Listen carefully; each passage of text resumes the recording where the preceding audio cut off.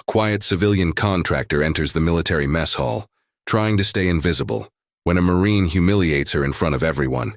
He has no idea what he's about to discover. Hit like if you want to see how this unfolds.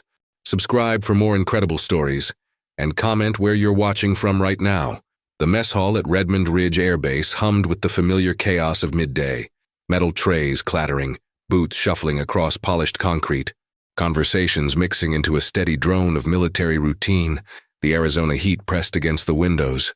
But inside, air conditioning kept the atmosphere crisp and controlled. Harper Linwood stepped through the entrance, clutching a worn leather portfolio against her chest. Her civilian uniform, khaki slacks and a plain button-down, marked her instantly as an outsider among the sea of desert camouflage.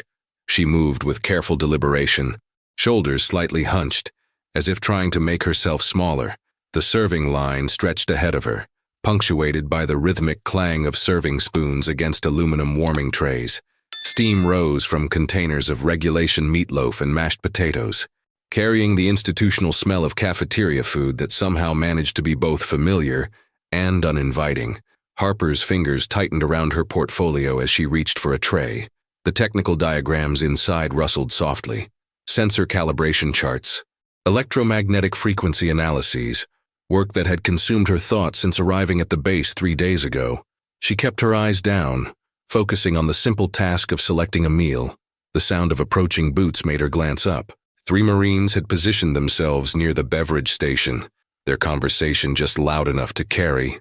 The tallest one, his name tape reading Triggs, wore the chevrons of a corporal. His eyes swept over Harper with obvious amusement. "You sure you're in the right place?" Mason Triggs stepped directly into her path, his voice carrying the particular tone of someone accustomed to being heard. "You look a little lost." Harper's breath caught slightly. She shifted her weight, attempting to step around him, but Mason moved with her, a casual choreography that kept her blocked. The other Marines watched with the idle curiosity of spectators waiting for entertainment. Harper began, but Mason's shoulder bumped into hers with calculated force. The collision sent her tray tumbling, silverware scattered across the floor with metallic crashes, grape juice splashed across her portfolio, immediately soaking through the worn leather and seeping into the papers inside. "Oh, sorry about that," Mason said, his tone carrying zero sincerity. "Guess civvies need to watch where they're going around here." Harper dropped to her knees, frantically gathering the scattered documents. Purple liquid had already stained the corner of a frequency analysis chart, the carefully plotted lines now blurred and illegible. Her hands moved quickly, methodically, trained by some muscle memory that spoke of order maintained under pressure. As she reached for a sodden diagram, her sleeve pulled back slightly, revealing a small section of her inner forearm. There, barely visible beneath the edge of her shirt, was a tiny geometric marking, intersecting lines forming a pattern so small it could have been a birthmark to the casual observer. Mason's gaze caught the symbol for just a fraction of a second. His confident expression flickered, replaced by something that might have been uncertainty, before he quickly looked away. "Maybe next time keep the paperwork at home," he said, but his voice had lost some of its earlier bravado. Harper's breathing had become shallow, controlled. She gathered the last of her papers without looking up, her movements precise despite the slight tremor in her hands. The mess hall had grown quieter, conversations pausing as personnel turned to witness the small drama unfolding near the serving line. When she finally stood, her face was composed, but pale. She held the damaged portfolio close to her chest like armor, moisture from the spilled juice darkening the fabric of her shirt. For a moment, her eyes met Mason's, and in that brief connection, something unspoken passed between them, a recognition that neither fully understood. Without a word, Harper turned and walked toward the exit, her footsteps steady despite the humiliation burning in her cheeks. Behind her, the mess hall gradually returned to its normal volume, but Mason remained standing by the beverage station, staring at the spot where she had knelt on the floor. His mind kept returning to that small marking on her arm, trying to place where he might have seen something similar. It nagged at him like a half-remembered dream, significant in a way he couldn't quite grasp. The women's restroom near the technical wing offered Harper the sanctuary she needed. She locked herself in the furthest stall and carefully spread her damaged documents across the closed toilet seat. assessing the extent of the damage with the methodical approach of someone accustomed to salvaging the salvageable. Most of the frequency charts were readable, though purple stains marked several corners. The electromagnetic interference calculations had fared worse. 2 pages would need to be reprinted entirely. Harper pulled a small pack of tissues from her pocket and began dabbing at the moisture. Her movements precise and economical. Her hands had stopped trembling, but the careful control in her posture spoke of effort rather than natural calm. She aligned each document with military precision, corners matching, edges parallel, a habit that seemed automatic, unconscious when she emerged from the restroom. The corridors had emptied. Lunch period was ending, and personnel were returning to their afternoon duties. Harper made her way through the maze of institutional hallways toward the sensor lab, her damp portfolio tucked securely under her arm. The lab occupied a windowless section of the technical building, lined with workbenches cluttered with electronic equipment. Oscilloscopes hummed quietly, their green screens tracing electronic heartbeats. The air smelled of solder and ozone, familiar and comforting. Harper's workstation sat in the far corner, deliberately chosen for its distance from the main traffic patterns. She had positioned her monitor to face the wall, creating a small fortress of privacy. Her tools were arranged with almost obsessive organization, screwdrivers sorted by size, wire strippers aligned in perfect parallel, multimeters stacked with labels facing out. She settled into her chair and powered up her computer, waiting for the secure login screen to appear. While the system loaded, she opened her desk drawer and withdrew a small object wrapped in black cloth, an old challenge coin, its edges worn smooth by years of handling. The embossed design had faded to barely visible outlines, but she traced the pattern with her thumb in a gesture that seemed both habitual and reverent. How'd the cafeteria adventure go? Harper quickly rewrapped the coin and slipped it back into the drawer. Marcy Kellerman, a technician from the communications department, had appeared at her cubicle entrance. Marcy was in her 50s, with graying hair pulled back in a practical ponytail and the comfortable demeanor of someone who had seen enough military bases to understand their unwritten rules.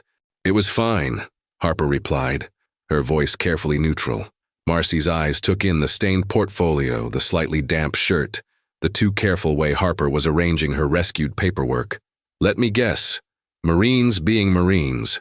Harper focused on her computer screen, where sensor calibration data was loading in neat columns. "I just need to reprint a few things. They give new civilians a hard time," Marcy continued, settling into the chair beside Harper's workstation. "Especially if you don't push back. It's like a test they didn't tell you about." "I'm not here to push back," Harper said quietly. "I'm here to work." Marcy studied her for a moment, noting the precise way Harper handled her tools, the unconscious military bearing that showed in her posture even while seated. Most people figure out how to handle guys like Triggs after a few weeks. Get loud, file a complaint, find allies, fight fire with fire. Harper's fingers paused over her keyboard. Through the small window that offered a view of the main courtyard, she could see a group of Marines heading back from lunch, their voices carrying across the space with easy confidence. Mason Triggs walked among them, gesturing as he told some story that had his companions laughing. "It's better this way," Harper said finally. "Noise just brings more attention." Marcy followed her gaze toward the window. "Maybe, but sometimes attention is what separates who gets respect from who gets walked on." She stood up, brushing imaginary dust from her uniform. "They'll figure out you're worth more than they think. People like you always do. They just have to discover it themselves first." After Marcy left, Harper returned to her work, but her concentration felt fragmented. She found herself checking the corridor periodically, listening for footsteps, maintaining an awareness of her surroundings that went beyond simple caution. The sensor array she was calibrating required minute adjustments, work that demanded complete focus. Each frequency had to be isolated, tested, and verified against specifications that allowed for virtually no margin of error. It was work that suited her, precise, technical, requiring expertise that few people possessed. As the afternoon wore on, Harper lost herself in the familiar rhythm of measurement and adjustment. Her hands moved with unconscious competence across the equipment, making micro-corrections that brought the sensors into perfect alignment. But even absorbed in her work, she couldn't quite shake the memory of Mason Triggs's expression when he glimpsed that small mark on her arm, the sudden uncertainty that had flickered across his face before he looked away. The mess hall felt different the second time Harper entered it. 3 days had passed since the incident with the spilled tray, but the memory hung in the air like humidity. Conversations seemed to pause when she walked by, not from hostility exactly, but from curiosity, the way people watch someone who has become unexpectedly interesting. Harper had chosen a different time for lunch, hoping to avoid the peak crowd, but the hall still buzzed with activity. She moved through the serving line with practiced efficiency, selecting a simple sandwich and bottled water, keeping her movements economical and unremarkable. She had found a table near the wall when Mason Triggs appeared, flanked by the same 2 Marines from their previous encounter. This time, however, their approach felt different, more deliberate, less casual. Mason's confidence had taken on an edge that spoke of someone trying too hard to reclaim lost ground.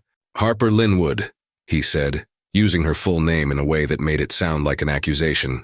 "Mind if we sit?" It wasn't really a question. The 3 Marines arranged themselves around her table with the coordinated movement of people accustomed to controlling space. Other diners began to take notice, conversations dropping to murmurs as personnel turned to watch. "I've been thinking about our conversation the other day," Mason continued, settling into the chair directly across from her. "Something didn't sit right with me." Harper's sandwich remained untouched in her hands. She could feel the weight of attention from surrounding tables, the subtle shift in the room's energy that spoke of brewing drama. "There wasn't really a conversation," she replied quietly. "See, that's what's bothering me." Mason leaned forward slightly, his voice carrying just far enough to be heard by nearby tables. "Most people would have said something. Filed a complaint, maybe. Made some noise, but you just disappeared." One of the other Marines, his name tape reading Foster, had pulled out his phone and was holding it casually, screen angled toward their table. Harper noticed the gesture but said nothing. "Makes a person wonder what kind of game you're playing," Mason continued, "or what you're hiding." The accusation hung in the air like smoke. Harper felt her breathing shift into a deeper, more controlled rhythm, an automatic response that she tried to suppress even as it occurred. "I'm not playing any games," she said. "Really?" Mason's smile was thin, predatory. "Because I did a little checking. Basic clearance, civilian contractor status, no prior military experience listed. Pretty standard stuff." He paused, letting his words settle. "Except for a couple of discrepancies that don't quite add up." Harper's hands remained steady on her sandwich, but something in her posture had changed, a subtle straightening that spoke of internal preparation. "Look, I get it," Mason said, his tone shifting to false reasonableness. "Maybe you used your husband's credentials to get this job. It happens. Military wives sometimes stretch the truth on applications. Just tell me that's what happened, and we can forget the whole thing." The suggestion hit the table like a physical blow. Murmurs rippled through nearby conversations as personnel caught the implication. Harper's face went pale, but her voice remained steady. "I didn't use anyone else's credentials." "Then what's the story?" Mason's voice rose slightly, carrying to more distant tables. "Because right now, the math doesn't work. You're either incompetent, which doesn't match your work quality, or you're fraudulent, which would explain the secrecy." More phones had appeared at surrounding tables, held with the casual subtlety of people who wanted to capture something without seeming obvious about it. Harper was aware of the recording devices but couldn't respond to them without making the situation worse. Across the hall near the coffee station, Elias Monroe set down his cup and turned toward their table.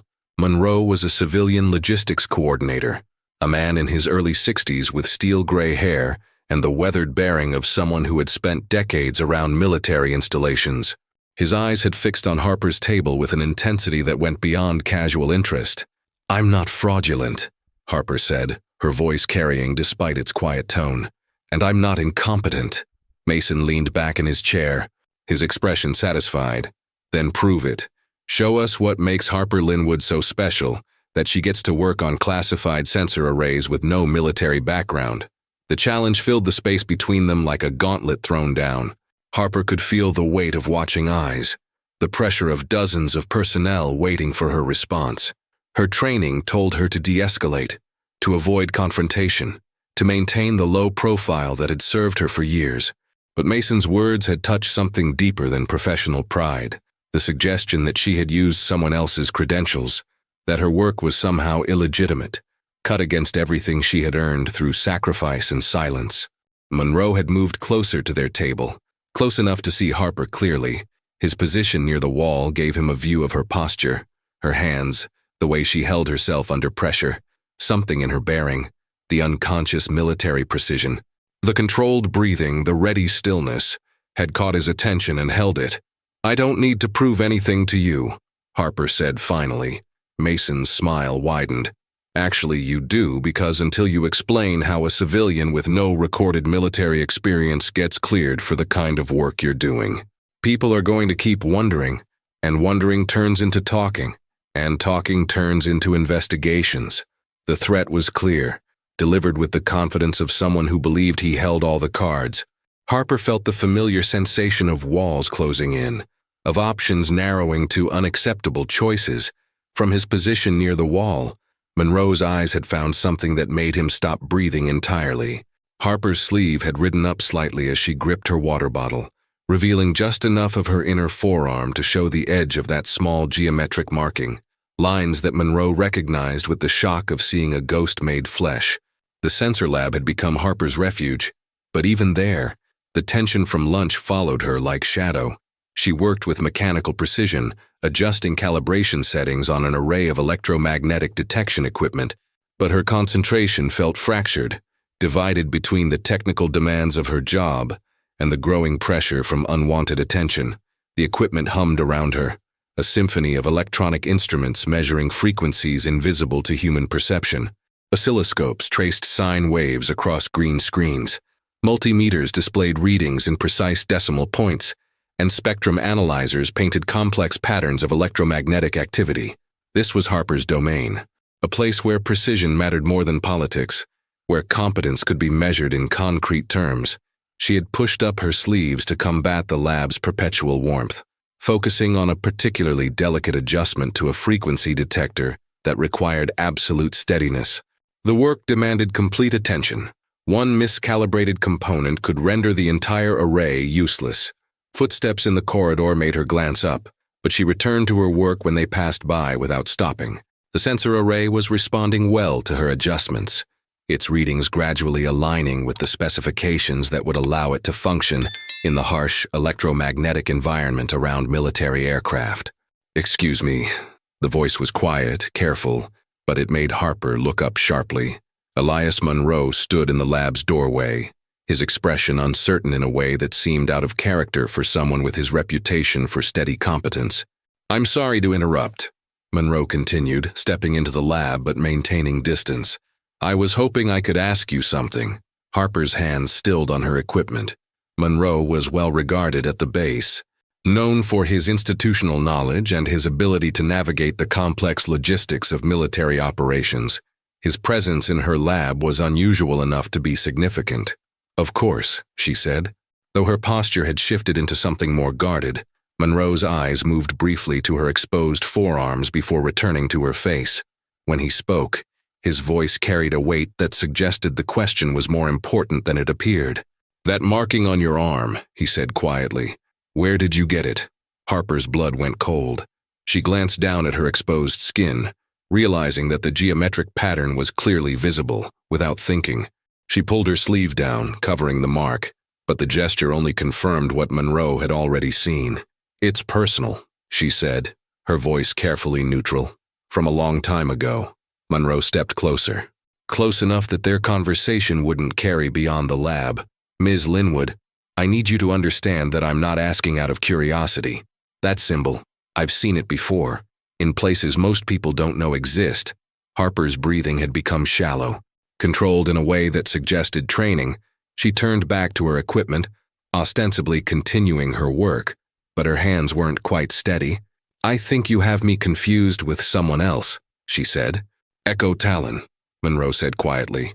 The words hit Harper like a physical blow. Her hands stopped moving entirely, gripping the edge of the workbench with enough force to whiten her knuckles. For several heartbeats, the only sounds in the lab were the electronic hums and beeps of her equipment. "I don't know what that means," she said finally, but her voice had lost its steadiness. Monroe was studying her now with the intensity of someone trying to solve a puzzle that shouldn't exist. I thought that program had been completely classified. Everyone involved reassigned or transferred to positions where they couldn't talk about it. But here you are, carrying that mark, working on sensor arrays that use principles I've only seen in one other place. Harper turned to face him, and Monroe could see something in her expression that confirmed his growing suspicions. Fear, yes, but also the particular kind of wariness that came from carrying secrets too large for ordinary conversation. "Mr. Monroe," she said carefully, "I think there's been a misunderstanding." "Have there been?" He pulled out his phone and opened a secure application that required multiple authentication steps. "Because I'm looking at clearance protocols that shouldn't exist for civilian positions. Background checks that go deeper than anything we use for standard contractor work. Authorization codes that I recognize from programs that officially never happened." Harper watched him navigate through secure systems with the fluency of someone who had been doing it for decades. His access level was clearly higher than his job title suggested, another indication that very few people at Redmond Ridge were exactly what they appeared to be. "Ms. Linwood," Monroe said, his voice gentle but insistent. "I need to make a phone call. There's someone who needs to know you're here. Please don't." The words came out more urgently than Harper intended. "I just want to do my job. I don't want any attention." Monroe looked at her for a long moment, taking in the controlled fear in her expression, the way she held herself like someone prepared to run. "I understand why you'd feel that way, but some things are bigger than what we want." He moved toward the lab's phone, an older landline model used for secure communications within the base. Harper watched him dial a number that he clearly had memorized, not something he needed to look up. "Sir, this is Monroe at Redmond Ridge," he said when the call connected. "I think I've found someone from Echo Talon." "Yes, sir, I'm certain." He glanced at Harper, who had gone pale. "Harper Linwood. She's working here as a civilian contractor, but that symbol—" "Yes, I'll secure the area." "How long?" When he hung up, Monroe's expression had become formal, official.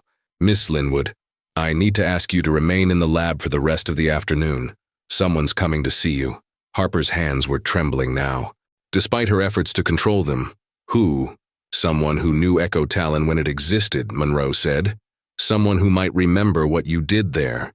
The hangar stretched out like a cathedral of metal and purpose, its vast space filled with the geometric beauty of military aircraft arranged in precise formation. F-35s sat in perfect rows, their angular silhouettes suggesting violence held in careful restraint. The afternoon light filtering through high windows cast long shadows across the polished concrete floor, creating patterns of light and darkness that shifted as personnel moved through the space. Harper stood near a maintenance station, ostensibly checking sensor arrays on a grounded aircraft, but her attention was divided between her work and the unusual activity building around the hangar. Personnel were gathering in larger numbers than normal for a routine afternoon shift. Conversations carried the particular tension that preceded official events. Her hands moved across the sensor panel with automatic competence, running diagnostic checks that she could perform in her sleep. The familiar rhythm of technical work provided a thin layer of normalcy over her growing anxiety. 3 hours had passed since Monroe's phone call, and each minute had brought new signs that something significant was approaching. "Attention all personnel." The PA system crackled to life, its mechanical voice cutting through the hangar's ambient noise. "Report to Hangar 7 for mandatory formation. All non-essential maintenance activities are suspended." Harper's stomach dropped. Mandatory formations were rare at Redmond Ridge, reserved for significant announcements or high-level inspections. She set down her diagnostic tools and joined the stream of personnel moving toward the hangar's center, her mind racing through possibilities, none of them comfortable. The hangar filled quickly as Marines. Airmen and civilian contractors arranged themselves in loose formation. Harper positioned herself near the back, hoping to remain inconspicuous among the crowd. The energy in the space had shifted from routine to anticipatory, the kind of tension that preceded important news. Mason Trigg stood with his unit near the front, his earlier confidence now mixed with visible uncertainty. The events at lunch had spread through the base's informal communication network, generating more questions than answers. His eyes swept the crowd, finding Harper near the back, and his expression suggested he was beginning to realize that something larger than base politics was in motion. Monroe stood with the civilian staff, but his attention remained fixed on Harper. His earlier phone call had clearly set events in motion that couldn't be stopped or controlled when he caught her eye. His expression was apologetic but resolved, the look of someone who had made a difficult but necessary decision. The sound of approaching vehicles reached the hangar, the deep rumble of official motorcade that spoke of visiting authority. Through the open bay doors, Harper could see black SUVs pulling up to the hangar entrance, their windows tinted dark, their presence suggesting that whoever was arriving carried significant rank. 10 Hut, the command rang out from the hangar's senior NCO, and the assembled personnel snapped to attention with the synchronized precision of people trained to respond without thinking. Footsteps echoed across the concrete, measured, purposeful, carrying the particular rhythm of someone accustomed to command. Harper kept her eyes forward, but peripheral vision showed her a group of officers entering the hangar, their bearings suggesting the highest levels of military authority. The footsteps stopped somewhere near the front of the formation, but Harper couldn't see clearly from her position in the back. A voice she didn't recognize began speaking, formal, official, delivering the kind of prepared remarks that preceded significant announcements. But then another voice cut through the official proceedings, quieter but carrying absolute authority. "Where is she?" The question sent a ripple through the formation. Harper felt rather than saw attention shifting in her direction. Guided by Monroe's discreet indication, her breathing became shallow, controlled, the automatic response of someone whose training had never fully left her. Mrs. Linwood stepped forward. The command reached her like a physical blow. Every eye in the hangar turned toward her position at the back of the formation. Harper's legs felt unsteady, but military training overrode her hesitation. She began walking toward the front of the hangar, her footsteps unnaturally loud in the sudden silence. As she moved through the parted formation, she caught glimpses of faces, Mason Triggs looking stunned, Monroe nodding encouragement, dozens of personnel watching her passage with expressions ranging from curiosity to confusion. The walk felt endless, each step carrying her toward a confrontation she had spent years trying to avoid. When she finally reached the front of the formation, Harper found herself facing a man in his late 50s wearing the stars of a general officer. His presence commanded absolute attention, not through intimidation, but through the unmistakable authority of someone accustomed to making decisions that affected thousands of lives. General Raymond Corwell studied her with eyes that had seen decades of military service, evaluating her with the same intensity he might bring to studying battlefield intelligence. His expression was unreadable, professional, but there was something in his gaze that suggested recognition. "Engineering Specialist Harper Linwood," he said, using a title that hadn't been spoken aloud in years. The words hit the assembled personnel like a shockwave. Harper's civilian contractor status had just been revealed as something far more significant, but the full implications weren't yet clear to the watching crowd. Harper stood at rigid attention, her training overriding the chaos in her mind. "Sir." Corwell reached into his uniform jacket and withdrew a small black case, the kind used to transport medals and commendations.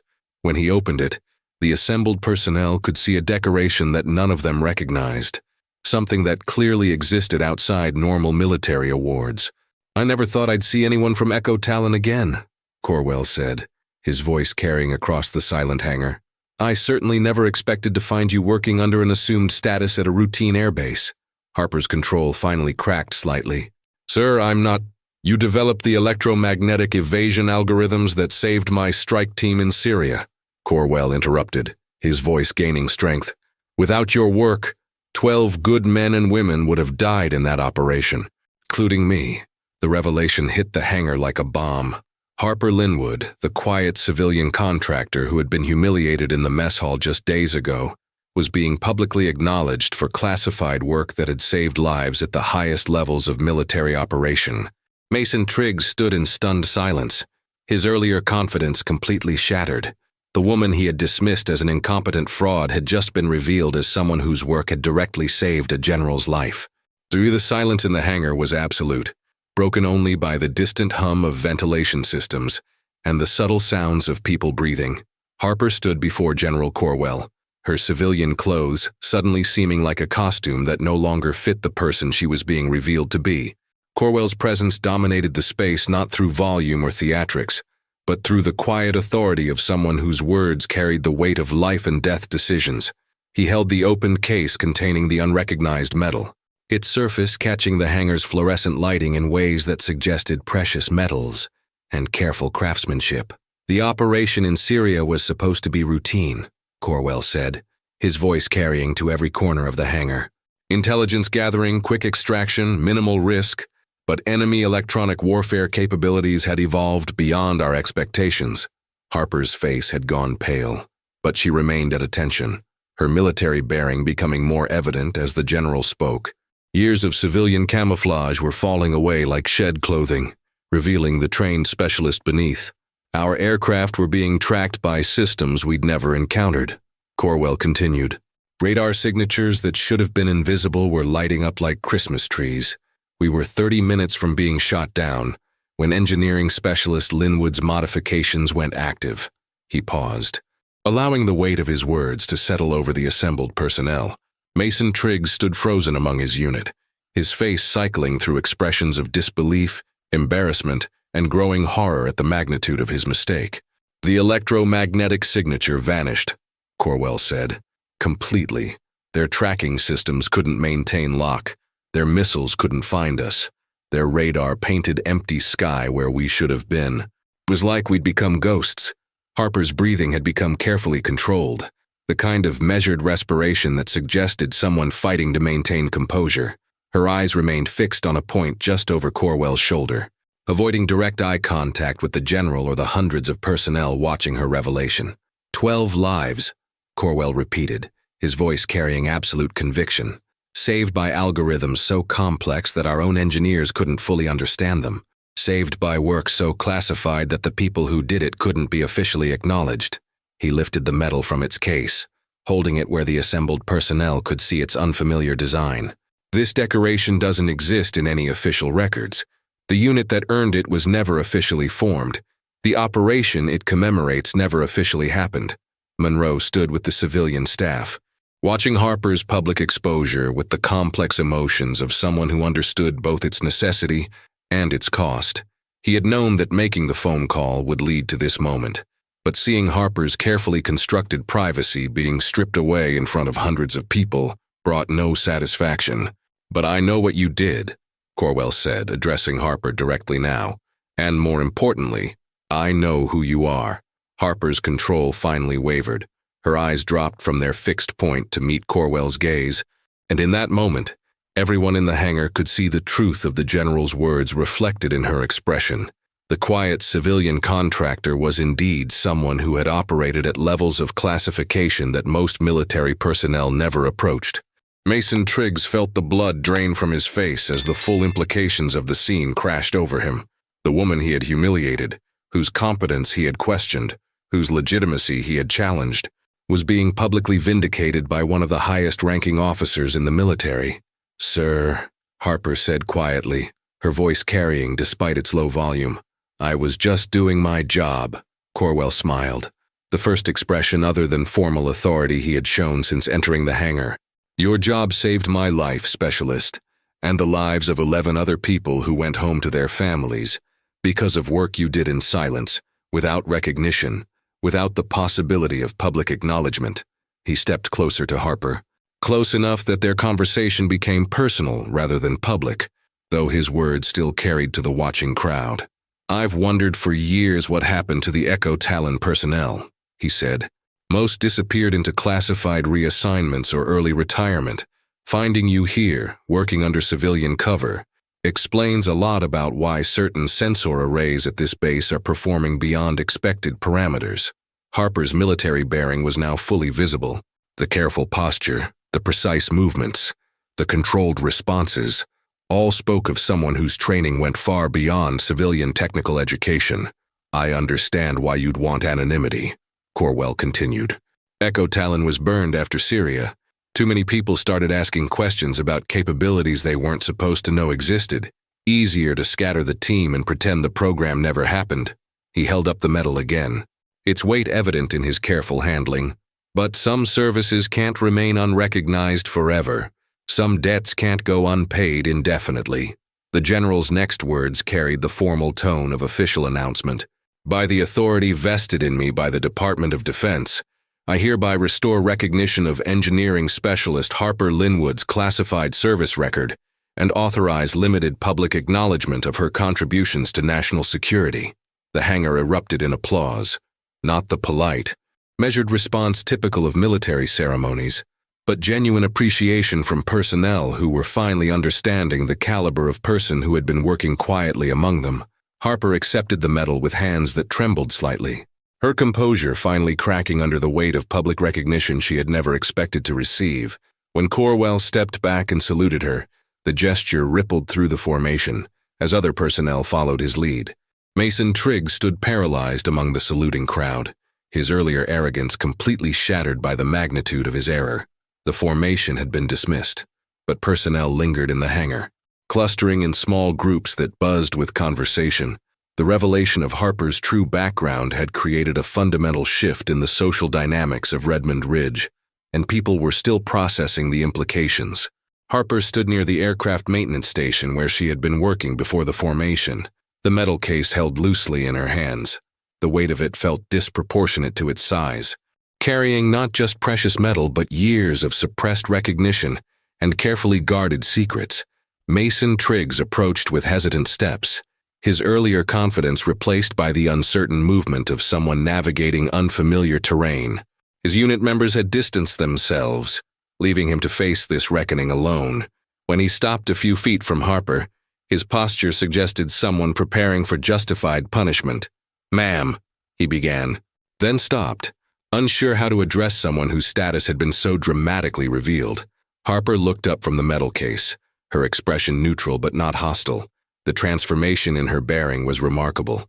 Where before she had seemed small and defensive, she now carried herself with quiet authority that spoke of confidence earned through extraordinary competence. "Harper's fine," she said quietly. "It's what you called me before." Mason's face reddened at the reminder of his earlier behavior. "Ma'am Harper, I need to apologize. What I said in the mess hall, the way I acted, I was completely wrong." General Corwell had been speaking with base command staff near the hangar entrance, but now he walked toward them, his presence causing conversations to pause as personnel watched the interaction. "Corporal Triggs," the general said, his voice carrying the weight of formal authority. Mason snapped to attention immediately. "Sir, I understand there was an incident in the mess hall several days ago," Corwell continued. "An incident involving inappropriate conduct toward engineering specialist Linwood." The words hit Mason like physical blows. "Sir, I made a serious error in judgment. You should have shown respect," Corwell interrupted. "Respect is not dependent on understanding someone's background or clearance level. It's a fundamental requirement of professional military behavior." Harper shifted uncomfortably, clearly preferring to avoid this public confrontation. "General, it's not necessary." "Actually, it is necessary," Corwell said, his attention still focused on Mason. "Military discipline depends on accountability. Actions have consequences, especially when they demonstrate a failure to uphold basic standards of respect and professionalism." Mason's face had gone pale, but he maintained his rigid posture around them. Other personnel had stopped their conversations to watch the unfolding scene. The lesson being delivered was clearly intended for a broader audience than just one corporal. "Corporal Triggs," Corwell continued, "you will formally apologize to Engineering Specialist Linwood, in front of the same personnel who witnessed your inappropriate behavior." The command hung in the air like a challenge. Mason's throat worked as he struggled with words, his earlier arrogance completely absent when he finally spoke. His voice carried genuine remorse. "Harper, Engineering Specialist Linwood, I formally apologize for my conduct in the mess hall. I questioned your competence, your integrity, and your right to be here. I was wrong on every count." He paused, struggling with the magnitude of his error. "I treated you with disrespect based on assumptions and prejudices that had no foundation in fact." Harper nodded once, accepting the apology without elaboration. Her response was measured, professional, carrying none of the satisfaction that might have been expected from someone receiving vindication after humiliation. "Apology accepted," she said simply, but Corwell wasn't finished. "Corporal Triggs, you will also write a formal letter of apology to be placed in your permanent record. Additionally, you will attend mandatory training on professional conduct and respect for all personnel." regardless of their apparent status or background. Yes, sir, Mason replied, his voice barely above a whisper. The general's attention shifted to the broader group of personnel still gathered in the hangar. This situation serves as a reminder that competence and service come in many forms. The person working quietly beside you may have contributions and capabilities that exceed your understanding. Professional respect is not optional, it's a requirement. Spontaneous applause began among the civilian staff and spread through the military personnel, building into sustained recognition that seemed to surprise Harper with its intensity. She remained standing near the aircraft, the metal case in her hands, accepting the acknowledgement with the same quiet dignity she had shown throughout the entire ordeal. Monroe approached from his position with the logistics staff, his expression mixing satisfaction with concern. "How are you holding up?" he asked Harper quietly. Harper looked down at the metal case, then around at the faces of personnel who had worked beside her for weeks without knowing anything about her background. "It's been a long time since anyone knew who I really was. Probably feels strange to have it out in the open," Monroe observed. "Strange," Harper agreed, "but maybe not entirely unwelcome." General Corwell rejoined them after dismissing Mason and the remaining formation. His formal authority had relaxed slightly, allowing his personal interest in Harper's situation to show. "I have a proposition for you, Specialist," he said. "The Strategic Research Center has an opening for someone with your particular expertise.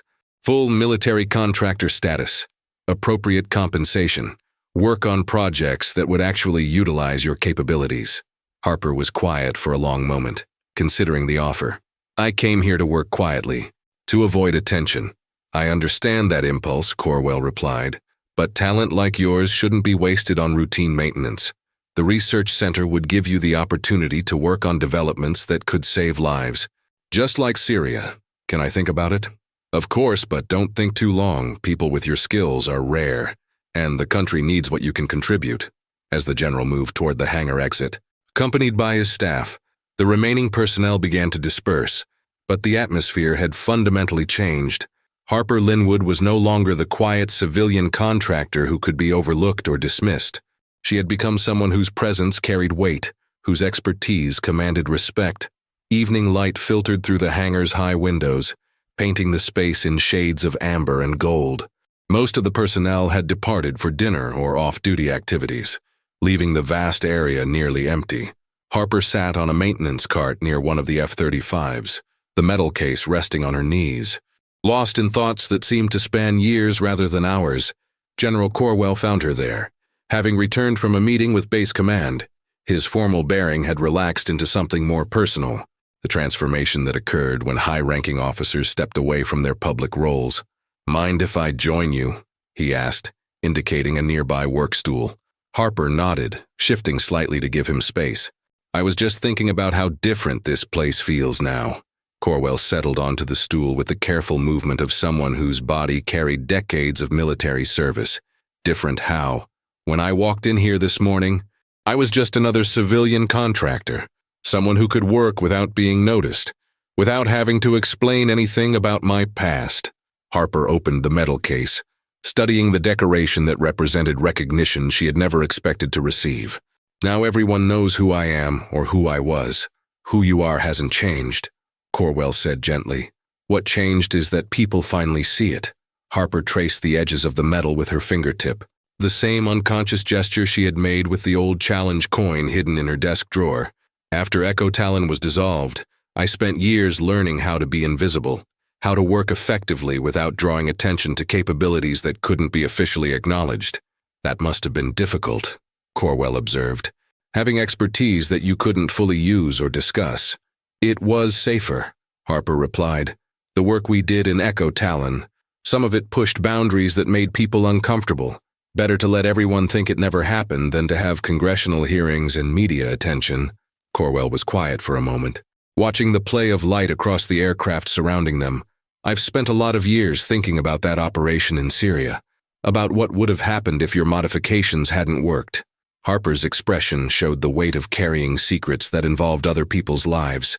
"I never knew if the field implementation would actually function. The theoretical models were solid, but electromagnetic warfare changes so quickly. Enemy countermeasures, new detection systems. adaptive algorithms. But it did work, Corwell said firmly. Perfectly better than anyone had hoped. This time, Harper said quietly, in that specific situation, against those particular systems, there's no guarantee the same approach would succeed against different threats. Corwell studied her, noting the careful precision of her words, the way she qualified every statement about her own work. You don't give yourself much credit, do you? I give accurate assessments, Harper corrected. Overconfidence in technical solutions gets people killed. Better to understand limitations than to make promises that can't be kept. The hangar's lighting had shifted to evening configuration, creating pools of illumination around workstations while leaving the upper reaches in shadow. The space felt cathedral-like in its quiet vastness, appropriate for conversations that touched on larger themes than immediate circumstances.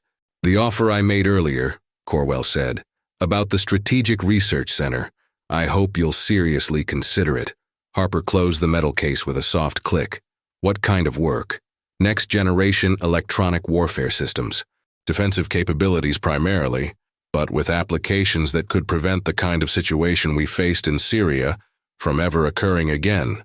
Corwell's voice carried the enthusiasm of someone describing work he genuinely cared about. The center has resources and clearance levels that would allow you to work at full capacity. No more hiding capabilities or downplaying expertise.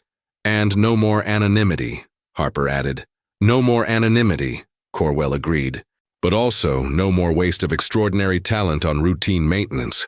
Harper was quiet for several minutes, turning the decision over in her mind like a problem requiring careful analysis. Can I ask you something? Of course.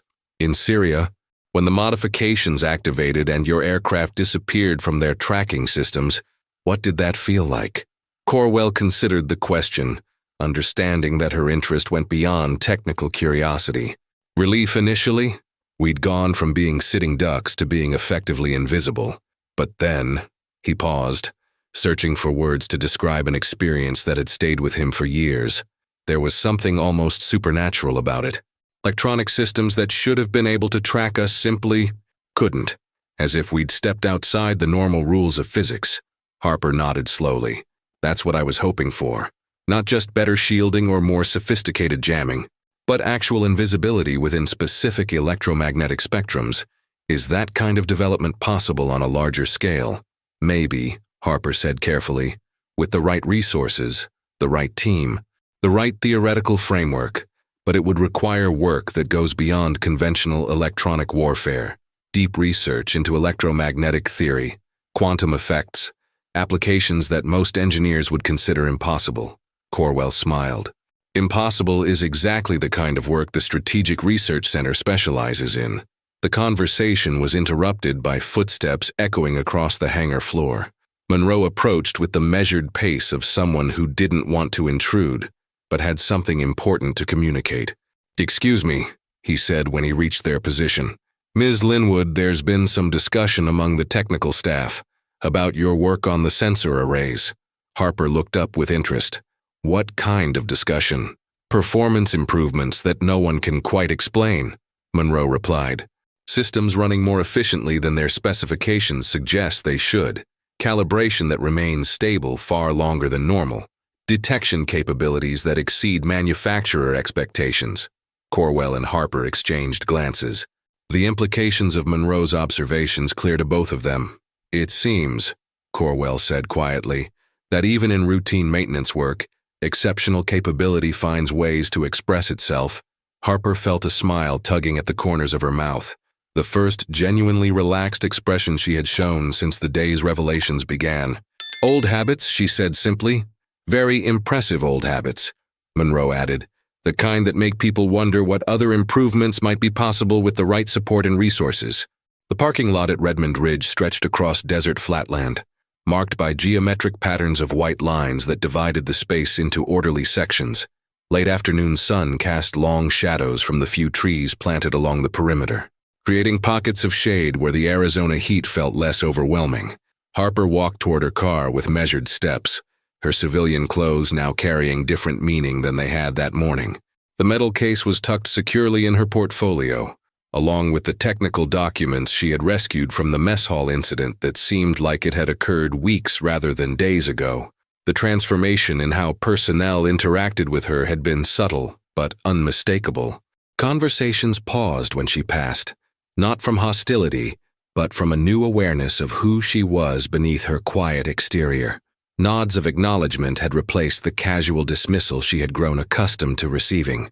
Her car, a practical sedan chosen for reliability rather than impression, sat in the civilian contractor section of the parking lot. As she approached, Harper felt something shifting in her pocket and reached in to find the object that had caused this entire revelation. The old challenge coin from Echo Talon, worn smooth by years of unconscious handling, but beside it was something new. The crisp edges of the coin General Corwell had given her during their private conversation. Its surfaces still sharp with recent manufacture, two coins representing different periods of her life. Now sharing the same space, Harper unlocked her car and settled into the driver's seat, but didn't immediately start the engine. Instead, she sat in the cooling interior, processing the day's events and their implications for the carefully ordered life she had built at Redmond Ridge. The decision about Corwell's job offer weighed on her mind like an equation requiring solution. Return to classified work meant abandoning the anonymity that had provided safety and peace for years, but it also meant returning to work that fully utilized her capabilities. That could make a difference in ways that routine maintenance never could. She pulled out her phone and scrolled through the contacts, stopping at a number she hadn't called in over 2 years. Dr. Sarah Chen had been her closest colleague during the Echo Talon program, another engineer whose expertise had contributed to systems that officially didn't exist.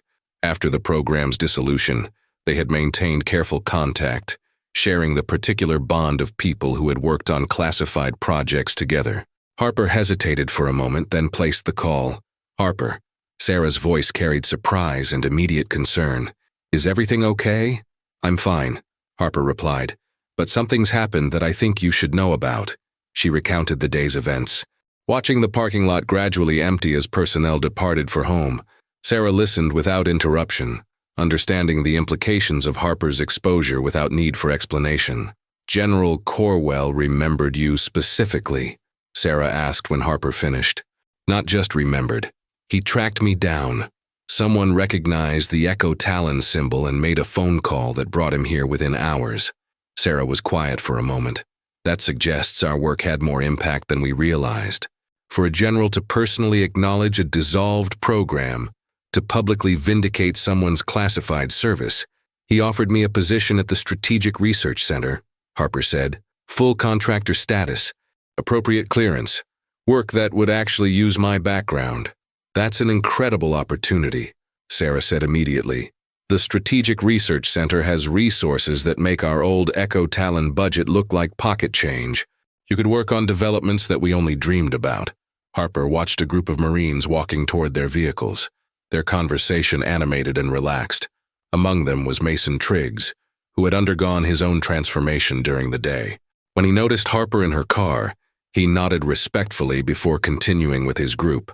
"I've gotten used to working quietly," Harper said, "to not having to explain my decisions or justify my approaches. Independent work, minimal oversight, no political considerations." "You've also been working below your capabilities," Sarah pointed out, "maintaining sensor arrays when you could be designing next-generation systems. It's like using a Ferrari for grocery runs." Harper smiled at the comparison. "Maybe I like grocery runs. They're predictable, low stress, no lives hanging in the balance." "But is that really what you want?" Sarah's question carried the weight of someone who understood the particular satisfaction that came from solving impossible technical problems. To spend your career on routine work when you could be pushing the boundaries of what's possible? The question hung in the air. As Harper considered her response, through her car window, she could see the lights beginning to come on inside the base buildings. Marking the transition from day to evening shift, Redmond Ridge would continue its operations regardless of her decision, but her choice would determine whether she remained a small part of that routine or moved on to work that could shape how those operations functioned. "Sarah," Harper said finally, "do you ever regret leaving Echo Talon behind?" "I regret that it ended," Sarah replied. "I regret that the political situation made continuation impossible. but I don't regret the work we did or the problems we solved. That experience shaped everything I've done since." Harper pulled the new challenge coin from her pocket, studying its pristine surface in the fading light. "Corwell said our work in Syria saved 12 lives. I never knew the specific numbers before. Probably saved more than that indirectly," Sarah said. "Successful operations have ripple effects, missions that can proceed because they have better defensive systems, personnel who can focus on objectives instead of survival, technologies that prevent conflicts rather than just winning them." The parking lot had become nearly empty, with only a few vehicles remaining in the sections reserved for overnight security personnel. Harper started her car, listening to the reliable hum of an engine that had carried her to and from anonymous work for months. "I think I'm going to take the position," she said, the words carrying the weight of a major life decision. "I think that's exactly what you should do," Sarah replied, enthusiasm evident in her voice. "And Harper, call me when you get settled. The Strategic Research Center occasionally contracts with external specialists. I'd love the chance to work with you again." After ending the call, Harper sat for another moment in the quiet comfort of her car. The challenge coin felt warm in her palm, its weight suggesting possibilities rather than burdens. She looked back toward the hangar where General Corwell had publicly acknowledged work that had remained secret for years. Tomorrow, she would contact him with her decision. Tonight, she would allow herself to imagine returning to work that matched her capabilities rather than hiding them. As Harper drove toward the base exit, she passed the mess hall where Mason Triggs had humiliated her just days ago. The building looked exactly the same, but her relationship to it had fundamentally changed. She was no longer the invisible civilian contractor who could be dismissed or overlooked. She was engineering specialist Harper Linwood, and her work had saved lives. The thought carried her through the desert evening toward a future that would demand everything she had learned to offer. Turbilanas 3 months later, Harper stood in a laboratory that would have been unimaginable during her time at Redmond Ridge. The Strategic Research Center occupied a complex of buildings that seemed designed by architects who understood that extraordinary work required extraordinary environments. Ceiling-to-floor windows filled the space with natural light, while state-of-the-art equipment hummed quietly along workbenches that could have accommodated entire university research departments. Her current project involved electromagnetic stealth systems that made the Echo Talon work look primitive by comparison. Quantum field manipulation, adaptive frequency shifting, detection systems that could identify threats before they achieved target lock, research that pushed the boundaries of physics while maintaining practical applications for military operations. The morning's test results lay spread across her desk, documenting successful trials of a defensive system that could render aircraft invisible to multiple detection methods simultaneously. The implications were staggering, but Harper approached them with the same careful analysis she had brought to routine sensor maintenance. Knock, knock. Sarah Chen appeared in the laboratory doorway, carrying 2 cups of coffee and wearing the satisfied expression of someone whose theoretical predictions had just been confirmed by experimental results. "How did the morning trials go?" Sarah asked, settling into the chair beside Harper's workstation. Harper accepted the coffee gratefully and gestured toward the test results. "Better than expected. The quantum field interactions are stable across a wider frequency range than the models predicted. We might be able to extend defensive capabilities into detection systems we hadn't originally targeted." Sarah studied the data with the expertise of someone who had spent years developing the theoretical foundations that made such results possible. "These numbers suggest we could deploy defensive systems that would make conventional electronic warfare obsolete." "Not obsolete," Harper corrected carefully. "More sophisticated. Enemy countermeasures will evolve to match our capabilities. The goal is to stay ahead of that curve, not to assume we've solved the problem permanently." Their conversation was interrupted by the arrival of General Corwell, who had traded his formal military uniform for civilian clothes appropriate to the research center's relaxed environment. His presence had become a regular feature of Harper's work life, providing both oversight and advocacy for projects that required highest-level authorization. "How are my star engineers this morning?" he asked. "Reviewing the test results with practiced understanding, making progress," Harper replied.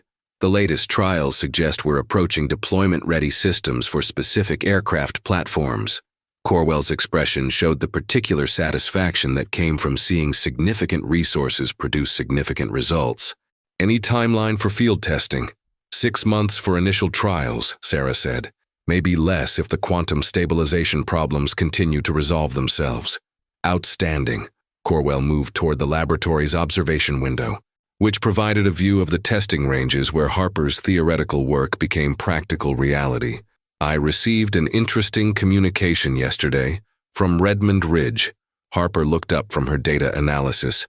Oh, it seems their sensor arrays have been performing significantly above specifications since you left. Maintenance staff are having trouble understanding why systems that should require constant adjustment have been running smoothly for months. Harper smiled. Good training takes time to fade. Or, Corwell suggested, exceptional engineering creates improvements that persist long after the engineer moves on. The compliment carried the weight of official recognition, but Harper accepted it with the same quiet competence she brought to technical challenges. Success in her work had never been about personal recognition. It was about solving problems that protected people who would never know their lives had been safeguarded. Actually, Corwell continued, there was another reason for their communication. They wanted to know if you might be available for a brief consulting visit. Some new sensor installations that could benefit from your particular expertise. Harper considered the request. Understanding its implications beyond simple technical consultation, returning to Redmond Ridge would mean facing people who now knew her true capabilities, working openly instead of maintaining careful anonymity. It might be interesting, she said finally, to see how the place feels different now. Different how? Sarah asked. Harper thought about the question, remembering her last day at the base, the transformation in how personnel had interacted with her after Corwell's revelation. When I left Redmond Ridge, I was engineering specialist Linwood again instead of just Harper the civilian contractor. People knew who I really was, and that felt comfortable. It felt honest, Harper replied. Like I could finally use my actual capabilities instead of hiding them. Corwell moved back toward their workstation, his attention caught by something in the latest test results. These quantum field measurements, are they really stable across this entire frequency range? So far, Harper confirmed. We've run trials for 72 hours straight without detecting field decay or harmonic interference. That's remarkable, Corwell said, understanding the implications better than most people could. Deployment systems with that kind of stability would revolutionize defensive capabilities. Harper nodded, but her expression carried the caution of someone who understood that remarkable results required remarkable verification. We need longer trials, different environmental conditions, stress testing under various electromagnetic backgrounds. Impressive laboratory results don't always translate to reliable field performance, but these results suggest that translation is possible. These results suggest we're heading in the right direction. As the morning progressed into afternoon, Harper found herself thinking about the journey that had brought her from Echo Talon anonymity, through Redmond Ridge humiliation, to Strategic Research Center recognition.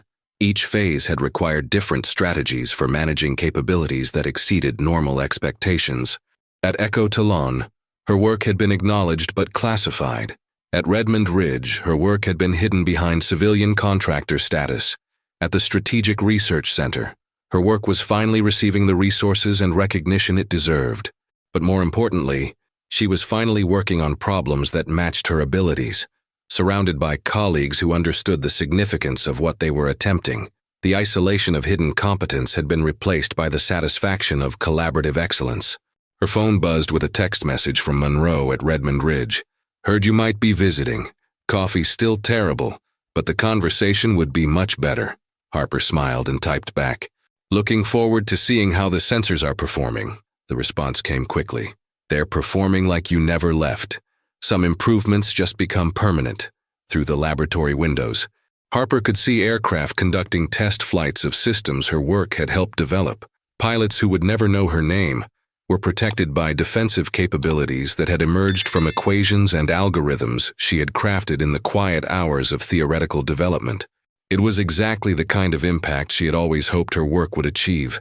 Invisible protection for people whose missions required them to face extraordinary dangers. Outside, the desert landscape stretched toward mountains that marked the horizon. Somewhere beyond those mountains lay Redmond Ridge, where sensor arrays continued to function with exceptional reliability.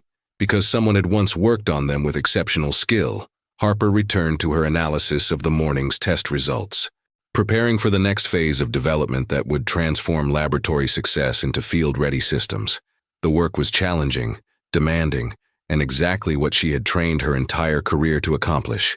She was engineering specialist Harper Linwood, and her work saved lives. The recognition felt as comfortable as finally being able to use her real name.